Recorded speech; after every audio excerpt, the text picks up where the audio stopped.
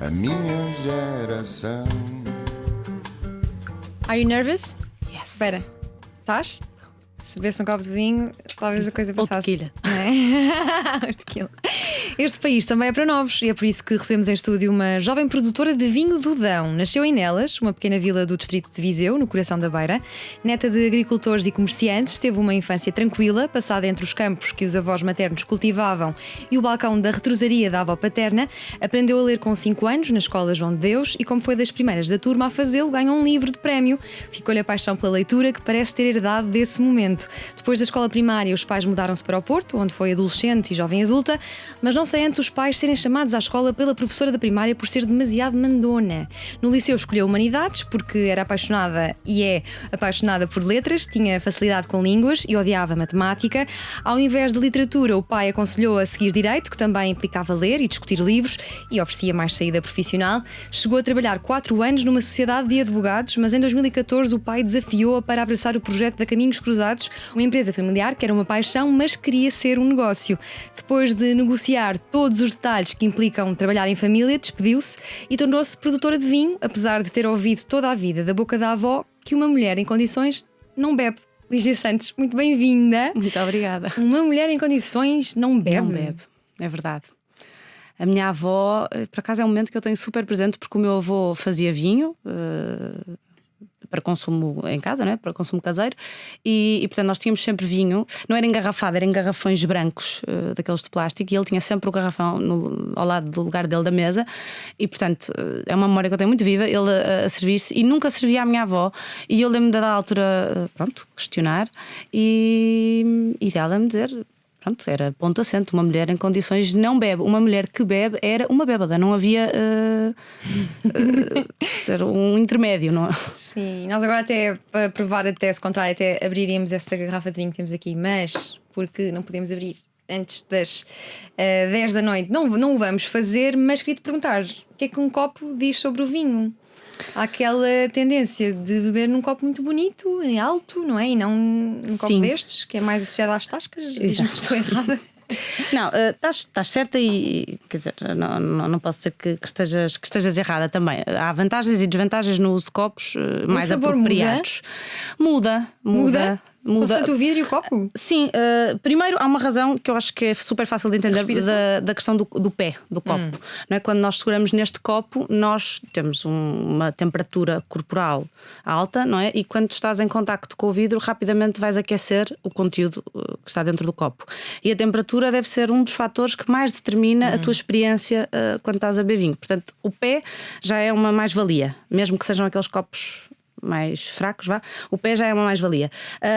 Depois, a abertura do copo também tem implicações na própria experiência. O vinho, quanto mais largo for o fundo do copo, mais o vinho tem espaço para arejar, para entrar em contacto com o oxigênio, e é desse contacto que surgem aqueles sabores e aqueles aromas todos que nós procuramos. Então aquelas pessoas que se recusam a beber em copos destes não estão a ser esquisitas, estão só a ter algum amor ao vinho?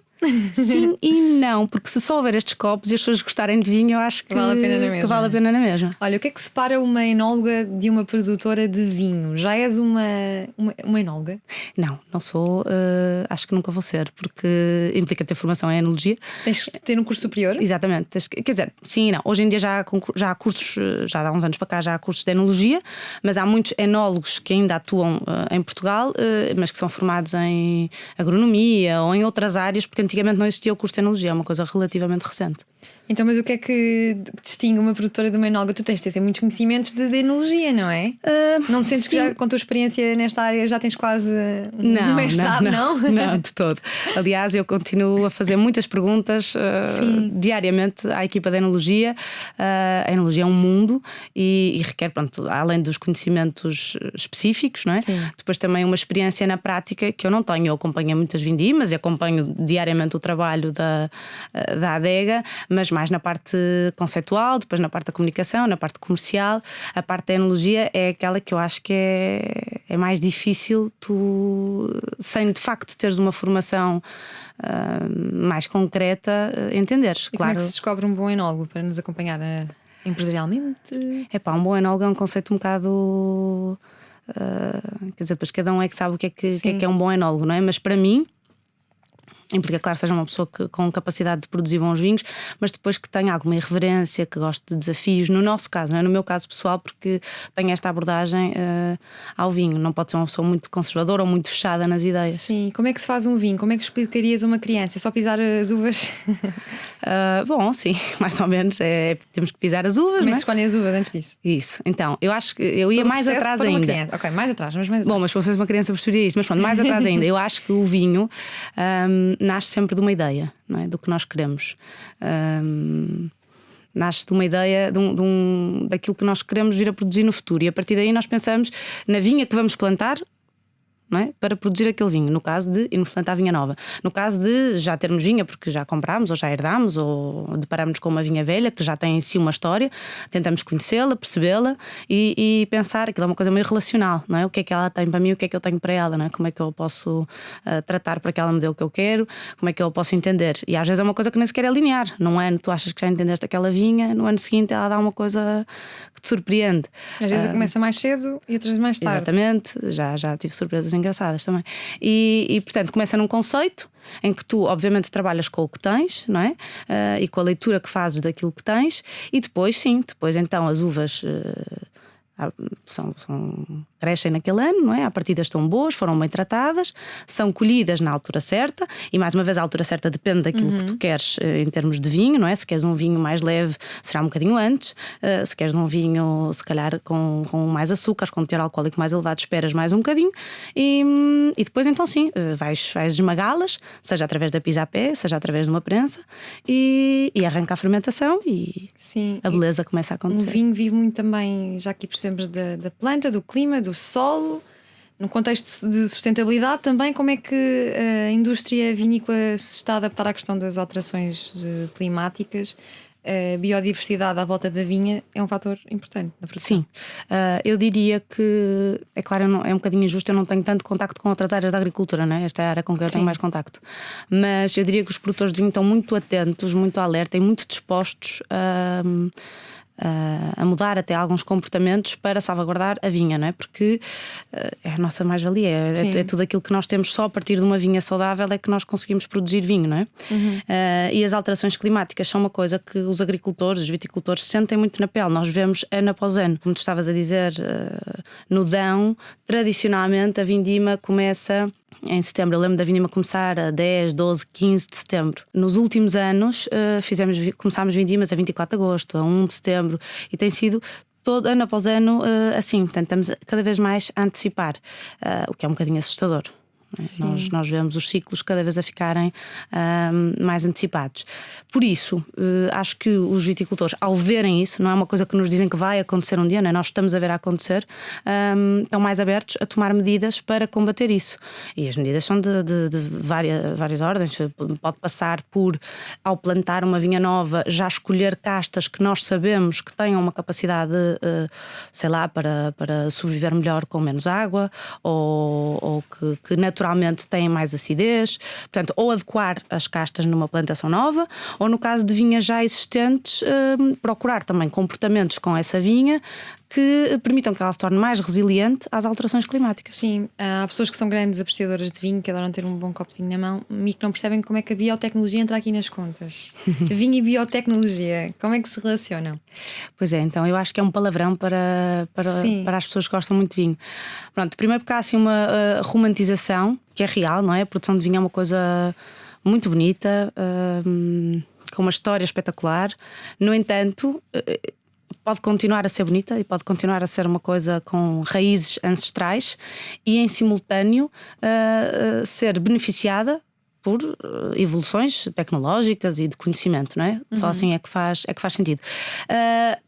Na vinha e na adega nós temos o conhecimento que tem sido produzido ao longo dos últimos anos, tem sido determinante para que hoje em dia os vinhos tenham uma qualidade que nunca tiveram e sobretudo na vinha pode nos ajudar muito precisamente a combater as alterações climáticas e doenças também. Exatamente. Por exemplo, um exemplo simples, nós temos na adega, junto à vinha, num determinado ponto, uma estação meteorológica, não é? Que ali num raio que engloba a nossa propriedade, e nos diz que naquele raio a umidade vai estar assim, a possibilidade de precipitação vai estar assado, a temperatura não sei o quê. Então dá-nos dados muito concretos sobre aquele pedaço de terra, o que nos permite fazer exclusivamente os tratamentos necessários para a nossa realidade. Enquanto que se nós não tivéssemos aquela ferramenta, teríamos que nos reger por uma ferramenta mais geral que eventualmente não era tão adequada à nossa realidade. Sim, e quando temos acesso a toda essa tecnologia de alguma previsibilidade e também com tanta informação, se vocês chegarem à conclusão que em determinadas zonas do país a água é escassa e que temos de fazer um uso massivo de recursos para a manter na vinha, é obrigação ou não do produtor abandonar essa região e aceitar que não se deve produzir vinho ali? Olha, eu acho que isso é uma pergunta tramada para um produtor de vinho. Não, porque os produtores de vinho, no geral, têm uma ligação enorme com a região onde produzem vinho, seja porque nasceram lá, seja porque se apaixonaram por aquilo por alguma razão. Há realmente uma relação muito forte com o solo, com a região. E por isso tu dizes, olha, isto era tudo espetacular, mas não vai dar. É duro, não é? Mas eu acho que nós temos um bocadinho a obrigação de ter essa humildade, não é? Não vale tudo. Achas que então uma dos benefícios da tecnologia é podermos condicionar a nossa atuação e sermos atuantes mais responsáveis nas nossas decisões? Sem dúvida, não é? Com mais conhecimento. Antigamente nós fazíamos algumas coisas um bocadinho às cegas e tínhamos que depois ver, demorar, a vinha tinha que crescer, tinha que dar fruta, 1, 2, 3 anos, até se perceber que se calhar havia alguma razão, havia alguma coisa naquela zona, por alguma razão não dava bons resultados, para nós percebermos que afinal a casta não era a mais indicada, ou afinal o solo não era o mais indicado. Hoje em dia nós podemos nós temos acesso a tanto conhecimento que nos permite tomar melhores decisões, e é como diz o Homem-Aranha, não é? Com grande poder, grande responsabilidade. E portanto, nós tendo esse conhecimento, temos responsabilidade de agir com ele, não é? E aqui situando, pondo aqui um pioneiro no Dão, porque investir no Dão é uma região sexy. Que é a melhor região do mundo. É a melhor região do mundo. O que é que pretendes fazer para te diferenciar uma região envelhecida, que tem um consumidor também ele envelhecido? Como é que esta indústria aborda o público dos jovens adultos? Olha, o Dão é realmente uma região muito tradicional, cheia de brasões e casas de pedra. Mas tem novas gerações, não é? Tem gente nova do Dão, e tem gente nova que chegou ao Dão, não é? Que não é de lá, que veio de fora, inclusivamente que veio de outros países e que escolheu o Dão como casa para produzir vinho, precisamente porque é uma região fora de série com qualidades enormes. Agora, é uma região realmente tinha essa conotação um bocadinho pesada. Era a região dos nossos avós. Os nossos avós, quando bebiam vinho, quando davam vinho do Dão. Eu viajo muito a promover os vinhos, e quando vou, por exemplo, ao Brasil, eles dizem: meu Deus, vinho do Dão, isso era o vinho que o meu pai, que o meu avô trazia. Eu nem sabia que se continuava a fazer vinho no Dão, porque de facto associamos a produtores muito antigos, a vinhos de grande longevidade, e portanto que as pessoas compravam e guardavam em adegas, nas próprias adegas, portanto, nas caves, durante muitos anos. E é difícil imaginar, ou foi difícil quando nós começámos, imaginar um Dão que podia ser também jovem, não é?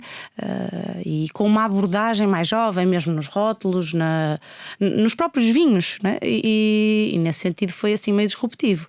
Sim. Mas é possível. Eu sei que te indigna que o país esteja a perder uma parte tão importante da sua cultura, o vinho e a gastronomia, pelo desconhecimento e pelo descaso e talvez algum desprezo, dizias-me tu, pelas nossas raízes, e substituição de tudo por bagels, salmão fumado e sumos verdes. Isso já tem um bocadinho. Não, olha, eu agora eu morei muito tempo em Lisboa, depois voltei para Nelas nos últimos anos, estou outra vez em Lisboa. Adoro morar em Lisboa, adoro que haja diversidade, não tenho nada contra o salmão fumado, nem nada contra os sumos verdes, também gosto. Mas custa-me um bocadinho que ver, portanto, pessoas da nossa geração e também pessoas mais novas completamente desligadas da gastronomia e dos vinhos. Eu ponho sempre o vinho e a gastronomia lado a lado, porque eu acho que são duas faces da mesma coisa, e vejo um bocadinho é mesmo isso, é um bocadinho o descaso, quando não é o desprezo, não é? Eu entendo que nós nos afastemos de tradições, sei lá, eu entendo que a matança do porco, por exemplo, seja uma coisa que hoje em dia faz alguma confusão. Eu lembro-me, né, dos meus avós fazerem e também me fazia alguma confusão. Pronto. E não quer dizer que isto tenha que ser, mas as pessoas têm que conhecer as suas raízes, as suas tradições, e tenho muita pena que se perca alguns pratos. Eu conheço muito pouca gente que coma mão de vaca ou cozida à portuguesa, ou vejo toda a gente. E achas que esta questão pode estar relacionada com a desertificação também do interior? Acho, porque estas coisas todas fazem sentido em contexto. Não é? Não quer dizer que tu depois não possas vir para Lisboa e comer um cozido, claro que podes, ou uma chanfana, mas se calhar faz mais sentido estar na Lousã e provares de uma chanfana, ou não é? Estas coisas, tal como o vinho, as coisas têm um sentido de lugar, fazem sentido num determinado lugar, têm uma história, não é? Era assim por uma série de razões, e portanto eu acho que se o interior fosse mais visitado, fosse mais populado, talvez não tivéssemos que andar com medo de perder estas coisas. E é preciso salvar profissões fadadas ao desaparecimento, como o caso dos pastores? Pronto, isto é tudo um bocado a mesma sopa, não é? Sim. Porque se o interior está mais desertificado, se os próprios produtos deixam de ser tão consumidos, tão apreciados, tão valorizados, depois tudo o que está por trás, não é? Também deixa de ser valorizado e acaba por desaparecer. E qual é a solução? Comunicar melhor? Que é a tua função e o teu trabalho? É isso. Eu acho que sim, comunicar melhor. Eu acho que não há forma de nós. Não há valorização sem que a valorização tenha um impacto no preço. Portanto, necessariamente produtos que tenham este tipo de trabalho e têm que ter não podem ter o mesmo preço que uma coisa industrial, não é? Mas para isso a história tem que ser contada, porque o consumidor que está num supermercado não entende porque é que um queijo custa 20 euros e outro custa 10. Não é? E como não entende, faz a escolha natural, que eu também faço numa série de outras coisas sobre as quais eu não tenho conhecimento, que levo aquilo que me parece que está ok ali com a relação com a qualidade de preço, não é? Mas se calhar se soubesse que há uma pessoa que todos os dias, não é, que não pode tirar férias porque tem que ir tirar o leite às ovelhas e que tem que sair com as ovelhas e andar o dia inteiro sem andar agarrado a um telemóvel porque tem que olhar para o rebanho, tem que as levar, elas têm que caminhar X quilómetros, não é, para se exercitarem, têm que mudar o tipo de alimentação. Eu acho que se calhar aí valorizavam mais. E como é que tu avalias a forma como Portugal tem investido e profissionalizado o negócio agrícola? Olha, bom, eu posso falar um bocado só da minha experiência, não é? Mas eu conheço alguns colegas da área e todos temos um bocado esta dificuldade. Há muito pouca profissionalização no setor, imagino que agrícola no geral, mas vou falar do vinho. Quando tu moras no interior e há uma ligação muito maior com a agricultura do que nas cidades, não é? Obviamente, nunca ninguém te diz na escola que tu podes ser um viticultor profissional. No sentido de que tu podes ser um especialista em poda, por exemplo. A poda é um ato fundamental na vinha, não é? Tu teres um bom podador ou um mau podador determina o sucesso de um ano vitivinícola. Tu seres um especialista em viticultura é uma coisa fundamental para o negócio do vinho. E devia haver uma profissionalização do setor no sentido de dizer a estas pessoas, porque primeiro que já não há muitas, não é? Sim. Que queiram lá ficar. Mas ainda há algumas que querem ficar e que têm de facto muita vontade de continuar a trabalhar no campo, gostam de fazer os tratamentos, têm amor pela viticultura ou pela agricultura. Agora, a cultura que há ainda é muito a cultura, não sei se posso dizer isto, mas de biscateiros. Pessoas que têm um jeitinho para aquilo, ou um jeitinho para aquele outro, mas que, como não se profissionaliza, também não se pode valorizar, não é? Nem eles próprios podem exigir melhores condições de trabalho. E porquê que achas que Portugal está em falta? Porquê que não há mais investimento? Não há mais sensibilização para a profissão de profissões ligadas à área da agricultura? Só eu acho que há um bocadinho estigma, mesmo, sei lá, na escola a mim nunca ninguém me disse que eu podia trabalhar com vinho. E eu morava, não é? Eu cresci numa região produtora de vinho. Portanto, acho que há um bocadinho de estigma. Toda a gente, a agricultura é o primo pobre, não é? E as mulheres estão a ganhar espaço nesta indústria? As mulheres estiveram sempre nesta indústria, não é? Exatamente. Sim. A grande reininha. As mulheres no vinho, à semelhança de outras áreas, têm este condão de estar super presentes, mas de acabarem por ter pouca voz. No entanto, quando estão a fechar contratos e negócios fora do país ou até cá em Portugal, perguntam-te a ti onde é que está o teu marido, onde é que está o teu pai, para fecharmos o negócio, que é bastante esclarecedor sobre como é que as mulheres são muitas vezes vistas neste negócio. Em Portugal nunca me aconteceu, mas aconteceu-me na China exatamente isso, estar numa feira, estava sozinha e o cliente veio e fez toda a prova. Ele estava com o intérprete, não foi ele que me disse, mas disse-me com a maior dos à vontades, o intérprete, no fim da prova: o senhor gostou muito, está tudo ok com o preço e tal, mas ele agora quer saber quando é que vem o seu pai. Eu imagino que ele disse pai porque eu era mais nova, não é? Sim. E eu disse: olha, eu não tenho cá o meu pai, não há pai, não é? Ele disse: não, mas então um irmão, um marido, não sei, alguém, porque nós, quer dizer, ele não vai fechar negócios com uma mulher. A mulher não bebe e também não fecha negócios. Isso mesmo. Portanto, estás a ver. Em Portugal não me acontece, mas acontece-me frequentemente em entrevistas ou em provas de vinhos de mulheres perguntarem-me como é que eu equilibro a minha vida familiar com a vida profissional. É uma pergunta que eu adoro fazer a homens e não faço nunca a mulheres, acho mais interessante. Tu cofundaste o United Wine Women. Em que é que consiste este grupo? Quer dar força também às mulheres, além das ações de solidariedade? Nós fundámos, fizemos uma viagem há uns anos, éramos 23, agora somos 20, mas éramos 23 produtoras e, enfim, mulheres da indústria do vinho, e dessa viagem surgiu essa associação, não é? Quebrámos aquele mito de que as mulheres não se entendem quando são muitas juntas, é uma confusão. Nós não fizemos confusão nenhuma, fizemos uma associação que organiza eventos solidários, não é? Com o objetivo de, com os nossos vinhos, através de provas de vinhos ou vendas de vinhos mais raros, leilões, angariarmos fundos para instituições que nos sejam caras. Mas parámos com o Covid e agora vamos retomar. Retomar em breve, muito bem. Olha, olhando para estas palavras: reserva, colheita, especial, monocasta, bacelo, enxerto, o que querem dizer estes termos da indústria? Um consumidor é complicado, claro.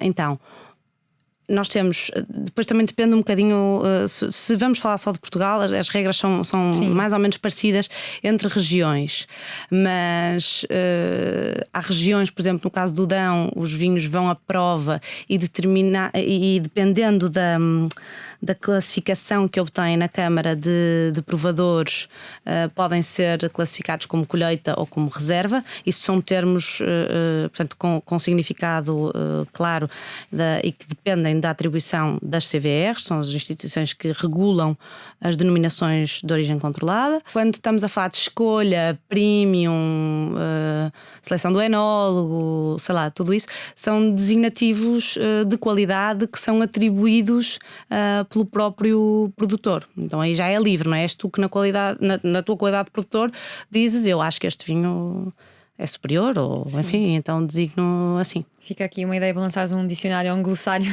dos termos do vinho. Falavas do caso português e de Inglaterra. Chega-nos a pergunta do Miguel Herdade, convidado também deste programa: por que raio é que não há vinho português no estrangeiro? É porque é muito pesado e escuro quando comparado com o italiano, francês, espanhol, Chile, etc. É porque, ele acrescentava, é porque as nossas castas têm nomes impronunciáveis, tipo Antão Vaz ou Trincadeira. Quem é o estrangeiro que consegue dizer isto? E porque é que temos pouco monocasta? Então, eu posso continuar com as provocações aqui do Miguel, mas se quiser já responder a estas. Então, realmente é super complicado para um estrangeiro dizer os nossos nomes. No Dão nós temos uma casta que é o alfrocheiro. Imagina que é um estrangeiro dizer isto. É difícil, de facto. Mas também é parte da nossa riqueza, não é? Portugal deve ser dos países com mais diversidade de castas e, portanto, também abandoná-las e de repente fazer de tudo o Pinot Noir ou Chardonnay parece-me que não. Vinhos no estrangeiro. Temos poucos, mas é um trabalho que se vai fazendo, não é? Temos progredido, já se exporta muito vinho português para fora. Em Inglaterra até temos bastantes vinhos portugueses, mas claro que não podemos comparar com outros países exportadores que são mais bem-sucedidos. Nós também temos um bocadinho de dificuldade em contar, acho eu, muito bem a nossa história e na tal valorização que é preciso fazer. Eu continuava a dizer que não conseguia perceber, e ele vive em Inglaterra, em Londres, e que não consegue comprar vinho português em Inglaterra a não ser Mateus ou Casal Garcia, dizia-me ele. E depois diz-me que se questiona muitas vezes sobre o mito de que o nosso vinho é ótimo. Sempre adorei vinho português, mas essencialmente porque não bebo vinho francês ou argentino.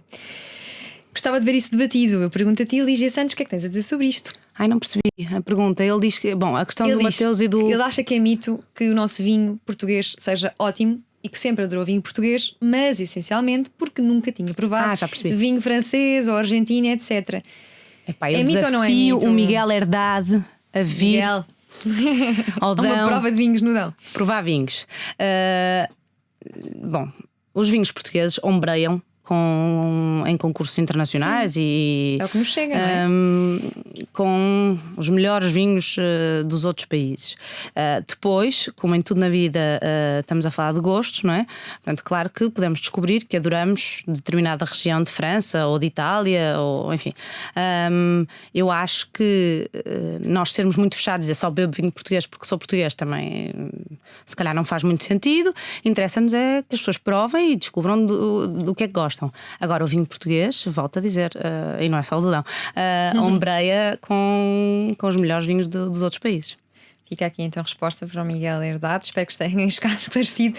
Olha, como é que um pequeno produtor consegue produzir vinho com qualidade e quantidade suficiente para tirar um rendimento que lhe permita viver em boas condições, se nem sequer conseguir herdar uma propriedade? Alguém se mete neste negócio se não for assim?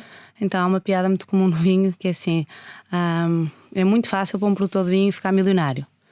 Basta começar bilionário. Assim vai perdendo. E vai perdendo. É assim, é um negócio complicado, claro que sim. É um negócio de espera, é um negócio de tempo, não é? Porque se pensares que tu tens que plantar uma vinha, a vinha começa a dar frutos possíveis de fazer vinho ao fim de 3, 4 anos. Portanto, é um negócio de espera. Depois tu produzes o vinho, depois o vinho fica a estagiar. Depois, se quiseres vender vinhos com mais complexidade e com outro tipo de preço, também tens que fazer estágios mais prolongados. Enfim, não é um negócio fácil, sem dúvida. Não é à toa que tu vês que são negócios de gerações em gerações, não é? Nós começámos do zero, não é? Tínhamos alguma vinha que o meu avô tinha plantado, mas o Dão é feito de minifundos, não é? Portanto, tínhamos propriedades pequeninas. Eu acho que hoje em dia é mais fácil, vejo mais produtores jovens a começar. O mercado também está muito mais aberto. Antigamente os compradores, a restauração, os distribuidores estavam muito fechados naqueles produtores que eles já conheciam e que confiavam, mas hoje em dia é o próprio consumidor que obriga a que as pessoas estejam mais abertas e tragam mais novidades, porque o consumidor está muito mais curioso.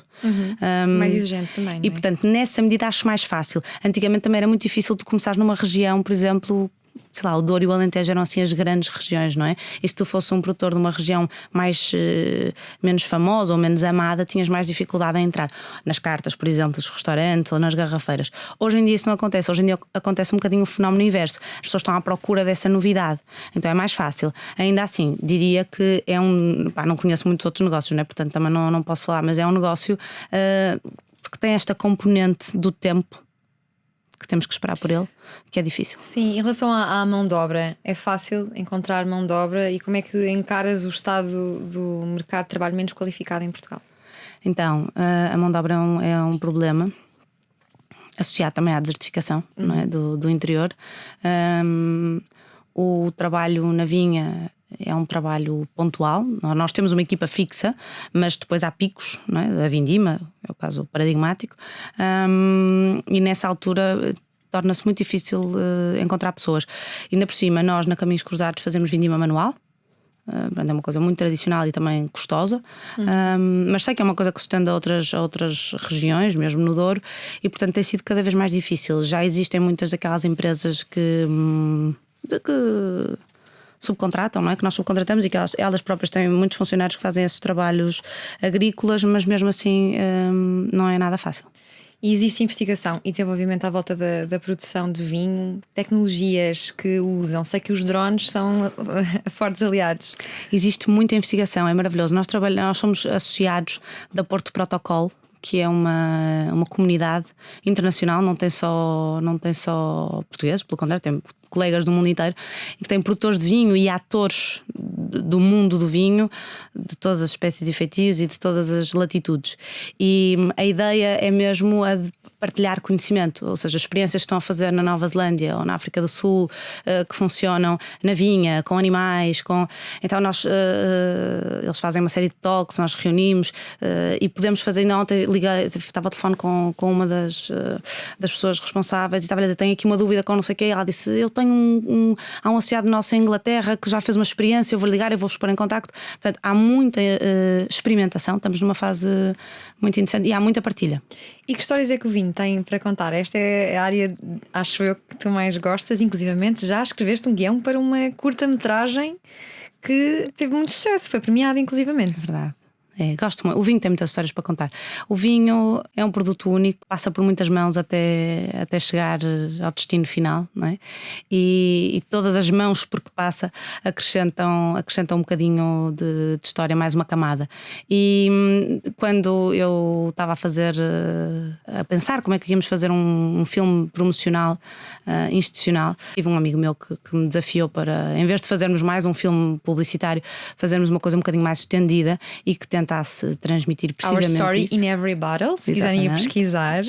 E eu sou um bocado tudo ou nada, e eu obcequei um bocado com aquilo, e então realmente com uma equipa muito pequena e com um orçamento muito reduzido conseguimos fazer essa curta-metragem, e foi espetacular, porque acho que para mim foi muito satisfatório ver, conseguir, acho eu, contar um bocadinho, transmitir esta ideia, não é? De que as pessoas, quando abrem uma garrafa de vinho em casa, às vezes do outro lado do mundo, devem estar cientes de que para aquele momento que elas estão a viver, houve muitos momentos anteriores e que todos eles aportaram algum significado à garrafa.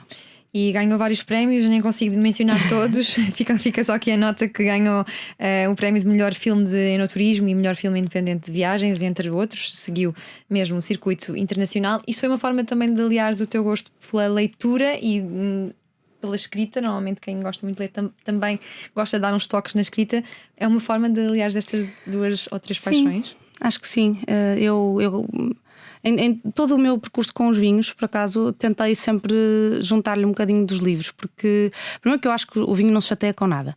Juro, já tentei fazer este teste. Tu consegues juntar vinho com qualquer área e o vinho vai sempre tornar as conversas mais fáceis, vai sempre aligeirar o ambiente e vai sempre trazer uma camada feliz a qualquer... Em doses moderadas. Em doses moderadas, claro. Sim. Mas o vinho... Até porque para provar tens que moderar bastante, não é? O vinho é para prova, não é? É para tu desfrutares daquele momento, não é? Não é para mandar penaltis. Isso. Mas e os livros para mim sempre foram a minha paixão e a minha forma de descontrair, e então associar as duas coisas, sim.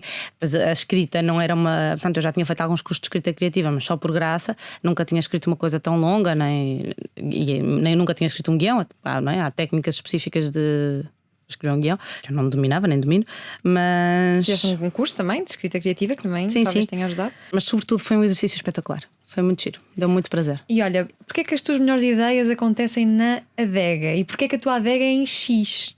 Também me inquietou esta adega em X. A adega é em X, é verdade. É a adega mais bonita do país. É em X porque a adega o edifício da adega é alusivo ao nosso logo, que são dois caminhos que se cruzam, né? Porque chama-se Caminhos Cruzados. E então são dois blocos de cimento que se cruzam. Porque é que eu tenho lá as melhores ideias? Porque é na adega que a magia acontece. E portanto, quando tu estás a pensar em vinho ou quando estás a falar de vinho, é que te surgem as melhores ideias, ou na adega ou na vinha, não é? Quando ando por ali, se estamos a pensar em vinho, não é? Se estamos a pensar o que é que vamos fazer, que ideias é que vamos ter para o próximo ano, o que é que podemos experimentar diferente, é na adega. Olha, se tivesse de escolher um mundo de livros ou um mundo de vinho, qual é que seria a paixão que ganhava espaço no teu coração? Eu acho que um mundo de vinho, porque... Quer dizer, eu nunca trabalhei com livros, não é? Mas passas a vida a ler. Verdade. Vorazmente. Mas não sei se trabalhasse com livros, se isso perdia... a ler rótulos e só apenas rótulos. Se isso perdia alguma magia, não sei. O vinho tem essa magia, sabes? Tu podes trabalhar com vinho, e eu vejo isto em outras pessoas que trabalham. Nós trabalhamos, é a nossa profissão, é o que nós fazemos profissionalmente, mas nunca perde o encanto. E depois às vezes há outras paixões que quando se transformam em trabalho perdem um bocadinho o encanto. E esta questão de trabalhares com vinho e em vinhas achas que dá saúde mental o facto de estás tão perto da natureza e de árvores? Acho, e o vinho ainda tem outra coisa. Eu sou uma pessoa um bocado ansiosa e rápida, e que em simultâneo me aborreço um bocado das coisas. E o vinho é cíclico, sabes? Todos os anos tu voltas ao zero. passa a vindima e tu tens uma nova oportunidade, é a renovação da planta e das tuas ideias, e tens uma nova oportunidade, todo um novo ano para começar outra vez. E isso, e tu veres, não é uma coisa que tu vês a planta entrar em dormência, depois a despertar, todos os passos até chegar à vindima, é uma coisa muito zen. Sim, é verdade. Olha, e quais é que achas que são os grandes desafios que enfrenta a indústria vinícola nos próximos tempos? Olha, a mim assusta-me um bocadinho, em linha com aquilo que eu te estava a dizer, que nós não consigamos muito chegar às gerações mais jovens. Que se perca um bocadinho, porque o vinho em Portugal é uma coisa muito, muito, muito tradicional. Sim. Não é? Eu sempre tive vinho à mesa, os meus pais sempre tiveram vinho à mesa, sempre fizeram questão que nós provássemos, e eu acho que isto, de nós vermos vinho em todo lado, está-se a perder um pouco. E não quero dizer com isto que as crianças devam beber vinho, não é isso que eu estou a dizer, mas estou a dizer que nós tínhamos esta cultura de, em família, à mesa, falar sobre vinho, provar vinho, e eu acho que isto está-se um bocadinho a perder.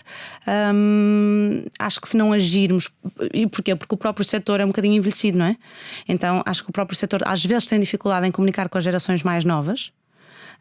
Achando que elas depois crescem e vêm até nós. E eu não estou tão certa disso. Sim, mas é um desafio então para todas as pessoas que trabalham nesta indústria.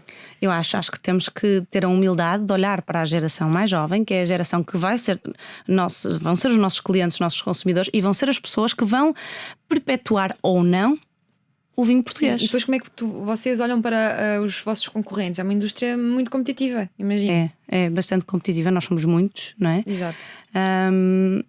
Mas isso também está a depender, não é? Eu posso falar no meu caso pessoal, eu dou muito bem tenho muitos amigos na área, temos este grupo, como te disse, de 23, 25 agora, mulheres.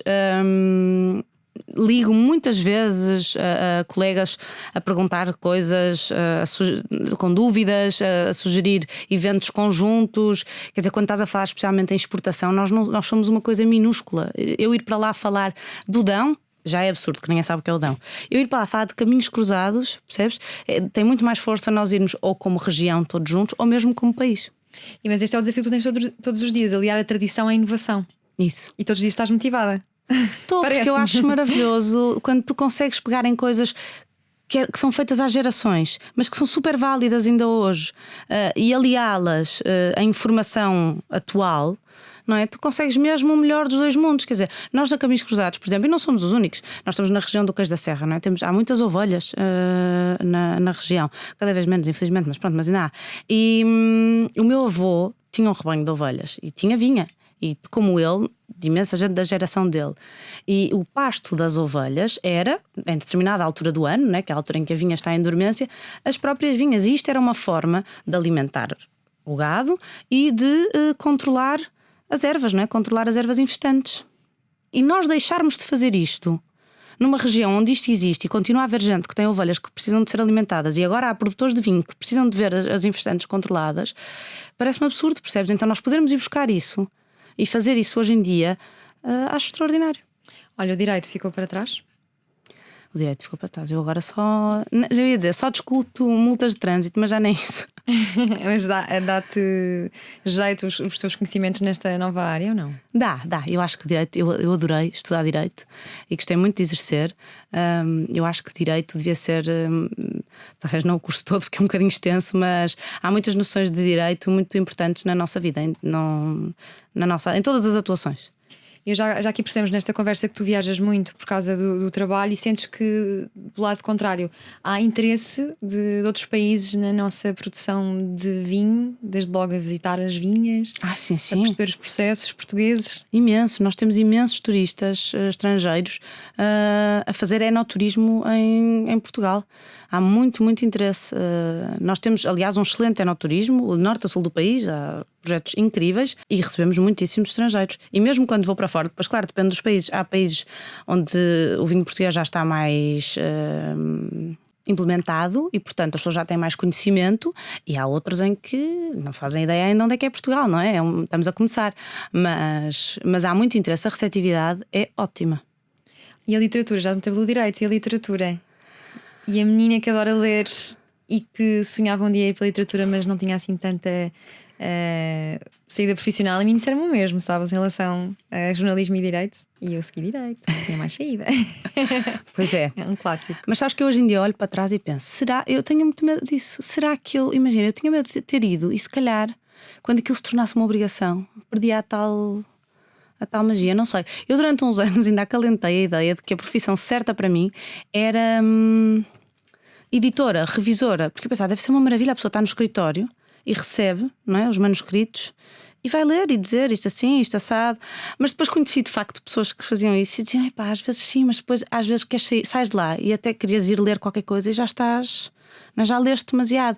E eu pensei, será que eu queria esgotar isto que eu gosto tanto? Se calhar não. E tens conseguido de alguma forma também usar o poder das histórias para contar as histórias do vinho? Ai, sem dúvida. Acabou por eu acho. se cruzar tudo Claro. nos teus caminhos. Eu acho sempre que a leitura enriquece as pessoas e dá-lhes ferramentas que às vezes não são tão óbvias, não são imediatas, mas eu imensas vezes quando estou a escrever coisas para vinhos, vêm-me ideias à cabeça que eu sei, que eu li em livros, eu sei onde estão, depois ando pela casa doida à procura do livro para ver onde é que foi. Não consegues encontrar facilmente? Sublinhas? Ou é que sem sublinhar? É mas difícil, olha, consigo. Eu não consigo. Há assim algumas passagens que eu sei de cabeça, mas não li no livro para trás e para a frente um bocado, mas que eu tenho péssima memória para a maior parte das coisas, mas para essas coisas eu tenho. E qual é a próxima história do vinho que andas a escrever? Deves saber? Olha, a última foi esta. Do clandestino? Do clandestino do Cuvée, que foi assim, era o que eu estava a dizer. Eu acho que às vezes as ideias, o vinho começa com uma ideia, e aqui a ideia era, porque há vários tipos há várias formas de fazer vinho e está muito em voga o vinho de cortimenta. O vinho de cortimenta é a fermentação do mosto com as peles da uva. Porque normalmente, se estivermos a falar de um vinho branco, eles fermentam sem as peles, não é separadamente, é mesmo sem as peles. E eu andava um bocado às voltas com isto, se podíamos fazer um vinho de cortimenta, sim, não. E um dia disse, e se nós fizéssemos um vinho de cortimenta, mas em vez de fazermos mosto branco com as películas brancas, ou seja, da mesma uva, porque é que não vamos buscar o mosto a uma uva e as peles a outra uva? E vamos buscar as castas mais emblemáticas do Dão e juntamos as duas, as peles de uma com o mosto da outra. E a enologia achou diferente e giro e fomos fazer o teste. E depois é engraçado porque tu na vindima fazes o teste e não fazes ideia no que aquilo vai dar. Depois andas ali uns meses, aquilo a fermentar, e depois quando acaba a fermentação a perceber que caminho é que aquilo vai ter e se vai surgir alguma coisa boa ou se então, pronto. E escrever essa história foi muito giro. E como é que se dá o nome a um vinho? É depois de provar? Às vezes é antes. E depois bate com o nome? Pode não bater. Às vezes tens ideias, eu no meu caso, às vezes tenho ideias para nomes que ainda não têm vinho e ficam guardados. Sim. À espera que o vinho nasça depois um dia vem um vinho e tu dizes, era este. No universo do vinho já trabalhou em áreas como a gestão, a área comercial ou a comunicação, que é a sua preferida.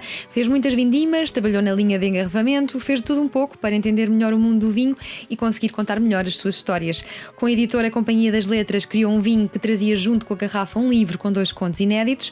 O vinho chamava-se Sinestesia e pretendia cruzar os sentidos que tanto o vinho como a escrita evocam. Cofundou as United Wine Women, um grupo de 23 mulheres da indústria do vinho, produtoras e enólogas que se juntaram para angariar fundos para ações de solidariedade. À volta do mundo já passou por momentos caricatos. Na China chegaram a perguntar-lhe onde estava o marido ou o pai para fechar o negócio porque não fechavam negócios com mulheres. A indústria vinícola é um meio onde já há muitíssimas mulheres, mas ainda há um longo trabalho a fazer para que haja igualdade em determinados patamares. Nós por cá vamos continuar para ver esses patamares serem enfim alcançados e agradecemos e brindamos à Lígia Santos pela companhia na última hora na Antena 3 e na RTP3. Agora podes abrir esse copo. Não. Obrigada. Não abres, não. É só brincar. Obrigada, Lígia. Obrigada, eu.